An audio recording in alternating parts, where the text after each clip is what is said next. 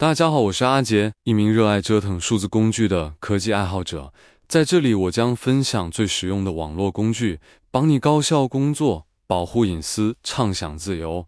今天我们来分享一款交易工具，叫做 TradingView。TradingView 是一个全球知名的金融图表和交易平台，它为交易者和投资者提供强大的可视化工具，帮助用户分析市场、绘制图表并进行交易的决策。自2011年成立以来 ，TradingView 已经成为一个集社区互动、实时数据和高级分析于一体的综合平台，吸引了数万名的用户。它支持多资产的交易类型，包括股票、外汇、加密货币、商品和指数。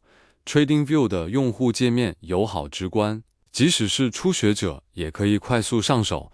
同时为专业交易者提供深度制定功能。TradingView 的核心特点以及功能在于其丰富的功能集合，这些功能覆盖了基础的图表，再到高级交易的全链条。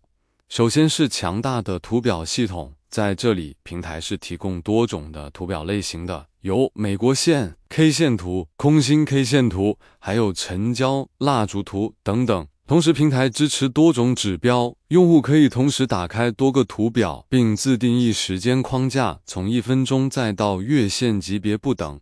图表上可叠加超过100多种的内置指标，如移动平均线 MA、相对强弱指数 RSI、布林带以及 MACD 等等。高级用户还可以自定义指标，实现个性化的分析。在数据方面 ，TradingView 提供实时和历史的数据。